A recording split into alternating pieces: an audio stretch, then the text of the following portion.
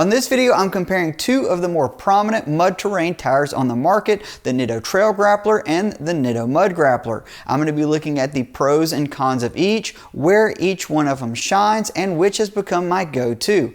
Let's go ahead and talk about the biggest difference between these two tires, and that's road noise. Mud grapplers are known for a signature roar on the highway.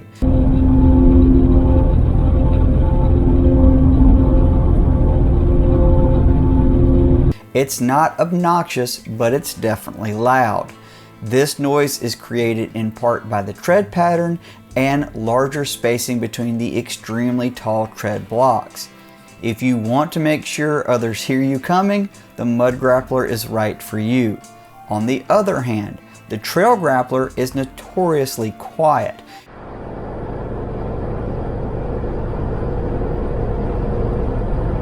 In fact, we've had all-terrain tires make more noise than the Trail Grapplers.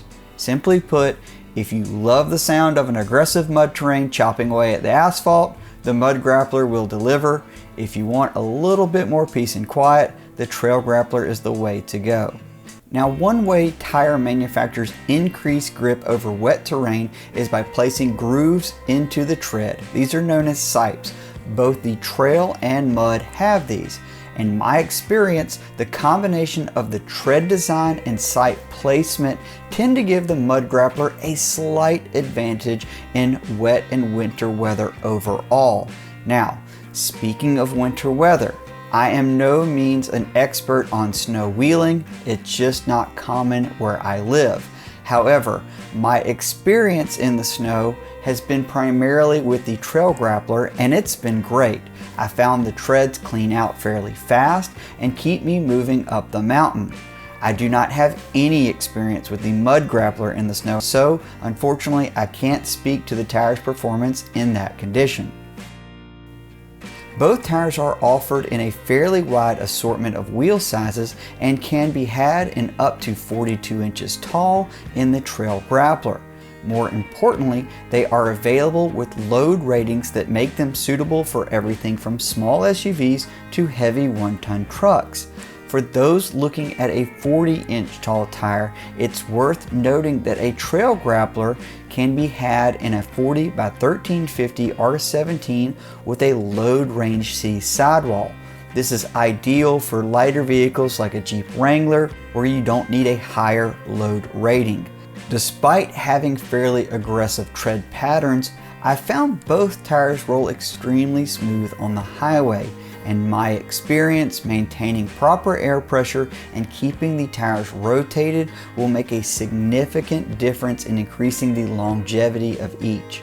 I've also found that both tend to take very little weight to balance. Now, speaking of aggressive tread, both tires are fit with very wide, deep, and well-spaced lugs. These are calling cards of a mud terrain, and they fit that category perfectly.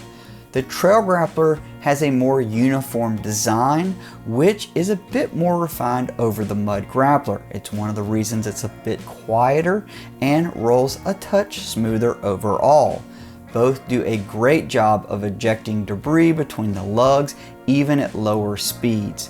They also look great in smaller sizes, which I think is a pretty big deal. In person, the Mud Grappler does look a little bit more aggressive than the Trail Grappler, but I like the fact that the Trail Grappler can be had in sizes such as a 35 by 1150 R17. So if you're looking just to run a sort of stock wheel and a more aggressive tire, it's a great option for that. You can't talk about a Nitto without talking about sidewalls. Nittos are known for having extremely durable and aggressively styled sidewalls. In this department, we say both are equally matched. That being said, it's worth noting that the Trail Grapplers have become the go-to tire for those looking to push their vehicles in events such as King of the Hammers. The current back-to-back winner, in fact, of KOH runs a 40 by 1350 R17 Nitto Trail Grappler. I've been running Trail Grapplers since 2009 and have never experienced a sidewall failure. That's pretty impressive. Both of these tires fall under the mud tire umbrella, so this is where they excel, as you would expect. Overall, mud performance is fairly even between the two tires. As I've mentioned before, both require a fairly low amount of speed to eject the mud, which is very important because especially on some of these Jeeps where you're geared down significantly low, better for rock crawling, being able to clean the tires out at a low speed is going to give you a more controlled aspect off-road. If I had to give one the edge up here, it might be the Mud Grappler, but not by much. Both of these tires are simply very sure-footed in the mud and get the job done.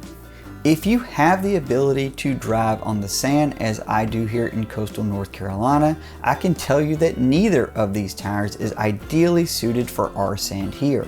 It's not to say they perform poorly, but rather the aggressive pattern is simply overkill on a beach with a 15 mile/hour speed limit. Airing down makes a tremendous difference in balancing out the dig and forward bite required to stay moving in the sand. In my experience, a less aggressive all-terrain is better suited for the sand in my neck of the woods. A Recon Grappler works outstanding compared to a Trail Grappler. That being said, generally speaking, I think the Trail Grappler is probably the more versatile of the two in this category. Aside from mud, the big standout for most mud terrain radials is the fact that they tend to excel for rock crawling. Rock crawling in the east is much different than out west, as mud can often play a major role.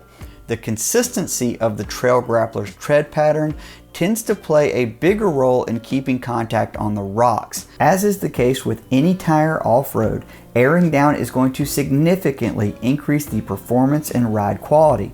This is especially true for the Trail and Mud Grappler, as those extremely tough sidewalls like seeing single digits in the rocks. Over the years, I have found the Trail Grapplers provide excellent lateral support, which is critical for technical and off-camber wheeling scenarios. The big difference here between the Mud Grappler and the Trail is that the Mud tends to excel in wet and rocky terrain. This is partly thanks to its unique tread design and additional sipes. I personally prefer the Trail Grappler in general in the rocks, and it really shines in the West Coast where the chance for mud is very minimal. If you are living in the Southeast like I do, the Mud Grappler is a great tool to have on wet trail days. At the end of the day, both of these tires have a lot of similarities. Each of them is very true to size. Each is about the same weight in a comparable size, and both cost about the same. So what's the real difference here? Well, ultimately it's going to be road noise. If you want a quiet tire, the Trail Grappler is the way to go, and it's honestly why I tend to go with it over really a lot of the other tires on the market. The Trail Grappler just rides and performs so well that I don't mind putting it on a daily driven vehicle. It's just a very versatile tire.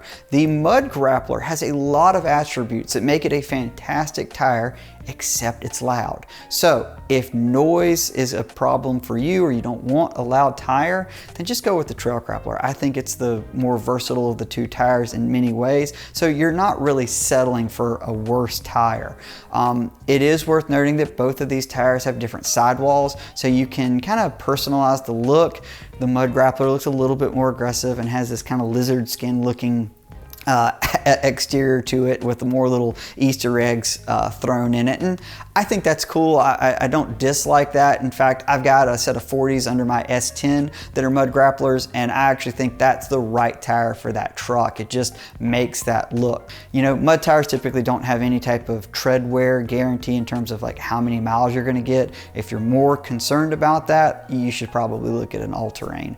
But if you really want good off-road performance, I think the Trail Grappler or the Mud Grappler is a great option.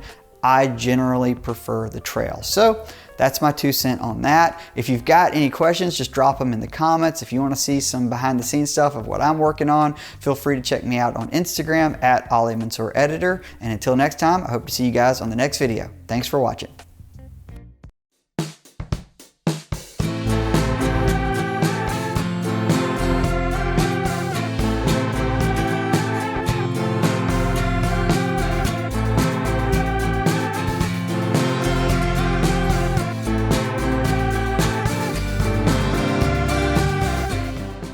Thanks for sticking around to the end. Hopefully you enjoyed this video, and if you did, please consider subscribing to the Driving Line channel. Our goal is to excite, entertain, and educate you on all things automotive. So if you want to come be part of our journey, please hit that subscribe button, and we hope to see you on the next video. Take care.